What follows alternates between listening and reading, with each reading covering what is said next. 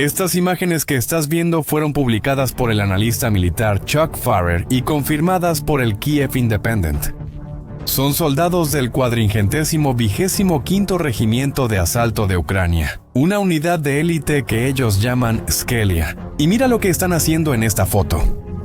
Están levantando la bandera ucraniana de nuevo en el edificio del ayuntamiento de Pokrovsk. Parece algo sencillo, ¿verdad? Pero espera. Porque lo que hace que esta imagen sea absolutamente increíble no es solo el valor de ellos, es lo que estaba pasando al otro lado de ese edificio. Había 170,000 soldados rusos ahí, 170,000, y aún así no pudieron evitar que un solo regimiento ucraniano recuperara ese edificio estratégico. Déjame poner esto en perspectiva para que entiendas lo que realmente está pasando aquí.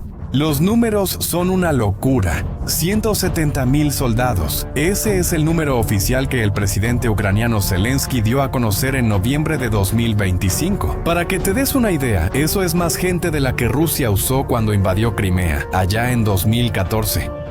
Nunca antes en Europa se habían reunido tantos soldados desde la Segunda Guerra Mundial. Y todo eso fue lanzado en una sola misión: capturar Pokrovsk, una ciudad de 50,000 personas antes de que llegara el invierno.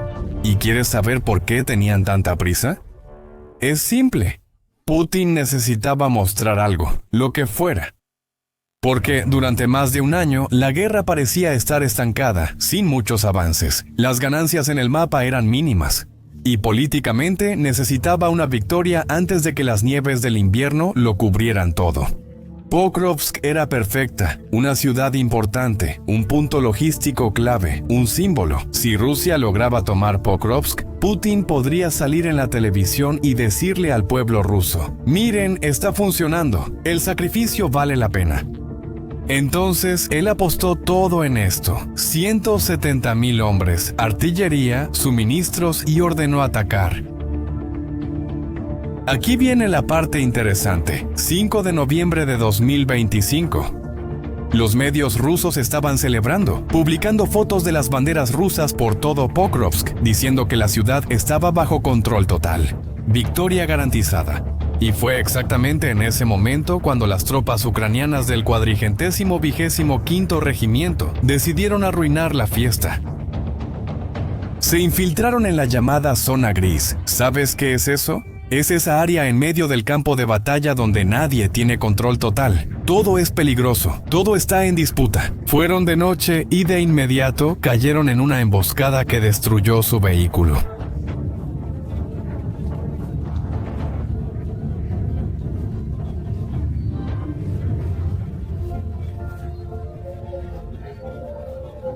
Pero no se rindieron. Lucharon hasta entrar al ayuntamiento. Limpiaron el edificio de los rusos que estaban ahí. Y así hicieron lo que viste en esa imagen. Volvieron a izar la bandera ucraniana. Ahora piensa conmigo. Mira el impacto que eso tuvo en toda esa propaganda rusa. Prácticamente fue destruida por completo. Todas esas fotos bonitas, todas esas declaraciones de victoria, todo ese sacrificio de decenas de miles de soldados para llegar hasta ahí. Todo se perdió por una sola operación de un regimiento. En el momento en que el equipo de ataque entró al edificio del Consejo Municipal, comenzó la limpieza. Se utilizó el elemento sorpresa. Los grupos destruyeron al enemigo que estaba en medio del edificio. Y finalmente, el cuartel general escuchó lo que todos estaban esperando. Misión completada con éxito. ¡Excelente! Eres el mejor, escóndete y mantente en contacto. Avanzamos y limpiamos el edificio. Destruimos al enemigo ahí y luego izamos la bandera de Ucrania. Nuestro trabajo estaba hecho. Y la pregunta que todos empezaron a hacer era obvia. ¿Cómo es posible esto? Tienes 170,000 soldados en la región y no puedes proteger un edificio. La respuesta a esa pregunta es donde la historia se pone realmente interesante, porque nos lleva directo al corazón de cómo ha cambiado la guerra. Y hay un término que los militares usan para esto: zona de muerte. Mira cómo lo explica el analista militar ucraniano Mykola Bielieskov. En la Primera Guerra Mundial, ese espacio entre las trincheras, la tierra de nadie, tenía quizá 200 o 300 metros de ancho. Hoy en día, esa zona tiene de 15 a 20 kilómetros de cada lado. ¿Y sabes qué provocó ese cambio? No fueron tanques más grandes, no fue artillería más potente, fueron drones. Esos drones pequeños, de primera persona, los vista en primera persona esos con cámaras térmicas y explosivos. Te voy a dar un ejemplo muy sencillo para que lo visualices. Imagina que eres el comandante de un tanque ruso avanzando hacia Pokrovsk. Tu tanque pesa 50 toneladas y costó millones de dólares. En el segundo en que entras en esa zona de 15 kilómetros, los sensores ucranianos detectan el calor de tu motor. Un tipo sentado a varios kilómetros de distancia, controlando un dron del tamaño de una caja de zapatos, recibe tu posición. Y en unos minutos, ese dron se lanza directo al punto más débil de tu tanque. 50 toneladas de metal terminan como chatarra. Y eso no pasa de vez en cuando, pasa todo el tiempo. Es sistemático. Entonces, los generales rusos hicieron lo que parecía lógico. Sacaron los tanques del campo, sacaron los vehículos blindados, porque se estaban convirtiendo en blancos demasiado fáciles. Pero ahí viene el problema. Si quitas los vehículos blindados, tus soldados todavía tienen que avanzar, ¿verdad? Todavía necesitan llegar hasta las posiciones ucranianas, y la única forma de hacer eso es a pie. Infantería ligera. Soldados con armas ligeras, caminando en pequeños grupos, tratando de esconderse de las cámaras térmicas, usando mantas de aluminio encima. Piensa en la escena. Estamos en 2025, el campo de batalla más tecnológico de la historia, y los soldados rusos están avanzando a pie, escondiéndose debajo de mantas. Es una táctica centenaria usada contra tecnología del futuro. ¿Sabes el costo de eso? Mira, es brutal. Los informes ucranianos muestran que Rusia estaba perdiendo cerca de 1,000 soldados por día en ese periodo. Haz las cuentas, eso da 30,000 bajas por mes, entre muertos y heridos. Y aquí está el número que hace que todo sea aún peor. 30,000 al mes es el máximo que Rusia puede reclutar en secreto cada mes. En otras palabras, todos los soldados nuevos que llegan ya son consumidos en el mismo mes. No queda reserva, no hay un plan B, es literalmente una picadora de carne funcionando al límite. La inteligencia occidental, incluidos los británicos, confirma que las pérdidas rusas desde el inicio de la guerra ya superan el 500,000 de hombres, y buena parte de esas pérdidas ocurrió en ofensivas como la de Pokrovsk, donde la vieja estrategia rusa de lanzar más gente al problema se topó de frente con la tecnología ucraniana. El Instituto para el Estudio de la Guerra fue directo al describir lo que está sucediendo. Las ofensivas rusas en Pokrovsk consumieron una cantidad insostenible de personas y equipo. Pero hay una segunda historia ocurriendo aquí, una historia que no vemos en las cámaras, una guerra dentro del propio ejército ruso. En noviembre de 2025 apareció un video en las redes sociales. Fue publicado por el movimiento ATESH, que es un grupo de resistencia dentro de la propia Rusia. Y el video mostraba algo impactante. Un camión militar ruso con esa famosa Z pintada en la puerta, incendiándose. ¿Y quién estaba filmando? Un soldado ruso de la 115ª Brigada. Él mismo había incendiado su propio camión militar. ¿El motivo? Ese camión iba a llevar su unidad a Pokrovsk al triturador de carne.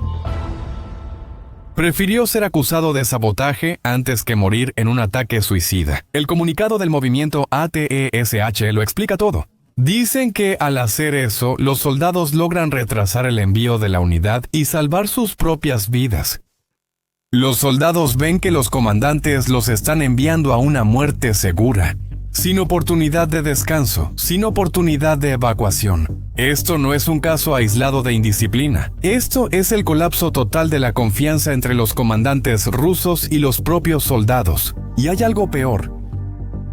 Biorska, medio ruso independiente, halló más de 100 comandantes rusos acusados de torturar y ejecutar a sus propios soldados en Ucrania. ¿Los motivos? Desobedecer órdenes, negarse a participar en ataques suicidas o simplemente pedir el dinero que les prometieron cuando resultaron heridos. Los soldados rusos incluso tienen un nombre para esto. Lo llaman ser cerado. Los comandantes rusos están tratando a las tropas no como personas, sino como piezas desechables. Ahora, intenta ponerte en el lugar de ese soldado ruso. Recibes una orden para ir a Pokrovsk. Sabes que es una zona mortal donde los drones destruyen todo. Sabes que tus posibilidades de sobrevivir son mínimas. Además, sabes que si rechazas la orden, tu comandante puede ejecutarte. No hay salida, ¿verdad? Entonces, algunos soldados encontraron una tercera opción: sabotaje, quemar camiones, retrasar todo, hacer cualquier cosa para intentar sobrevivir. Aquí es donde todo se conecta. Por eso 170,000 soldados rusos no pudieron mantener un edificio en Pokrovsk. No es solo porque los ucranianos tienen mejores drones o porque el 425º Regimiento es bueno en lo que hace. Es porque el ejército ruso se está desmoronando por dentro. Cuando tus propios soldados ya no creen en la misión y ya no confían en los comandantes, la fuerza bruta no resuelve nada. Y aquí llegamos al último acto, la respuesta del Kremlin, porque piénsalo conmigo. Acabas de sufrir una humillación gigante. Tu propaganda se vino abajo en tiempo real. Tus propios soldados están quemando equipo para no ir al frente. ¿Qué haces? Si eres Putin, cambias todo el juego. 5 de noviembre de 2025. El mismo día en que el 425º Regimiento levantó esa bandera, el ministro de Defensa ruso, Andrei Belousov, asiste a una reunión del Consejo de Seguridad con Putin. Y él lanza una bomba diciendo que Rusia necesita comenzar inmediatamente los preparativos para realizar pruebas nucleares a gran escala. Inmediatamente, a gran escala. Claro, el Kremlin intentó presentar esto como respuesta a las pruebas de misiles Minuteman III de Estados Unidos. Pero analistas de geopolítica, incluido el Centro de Estudios Estratégicos e Internacionales, lo dejaron claro. Eso fue una jugada calculada. Una señal directa a Washington. No fue una reacción emocional a lo que pasó en Pokrovsk. Fue un intento deliberado de cambiar el tema, de salir del fracaso en el campo de batalla y pasar a la amenaza nuclear. Y la máquina de propaganda rusa entró en el mismo clima de pánico. Empezaron a amenazar con ataques a las costas de Estados Unidos, Francia y Reino Unido con ese torpedo nuclear Poseidón. ¿Ves el patrón? Fracaso en el campo de batalla, con infantería descalza, sufren una humillación en la alcaldía, ven a sus propios soldados quemando camiones y entonces salen gritando sobre armas nucleares y Poseidón. Esa es la imagen más clara de la desesperación en la que se metió Putin. No puede vender la victoria a su propio pueblo, porque hasta los soldados en la línea de frente saben que es mentira y se están rebelando. Entonces, lo que realmente pasó en Pokrovsk en noviembre de 2025 fue mucho más que una derrota táctica, fue mucho más que una operación bien ejecutada. Fue el momento en que dos filosofías militares completamente diferentes chocaron y una de ellas se rompió. Por un lado, tienes la vieja doctrina soviética de Putin: fuerza bruta, oleadas humanas, lanzar más soldados al problema hasta que se resuelva. Del otro lado tienes la guerra moderna de Ucrania. Unidades de élite como el 425º Regimiento, táctica asimétrica, tecnología de drones. Y lo más importante, la valorización de la vida de los soldados. Y como puedes ver, en esta guerra la fuerza bruta perdió. 170,000 soldados no pudieron ni siquiera defender un edificio para que la propaganda funcionara. Pero lo más importante es lo que esto revela. El contrato social de Putin con el pueblo ruso y con el propio ejército se está rompiendo en las líneas del frente.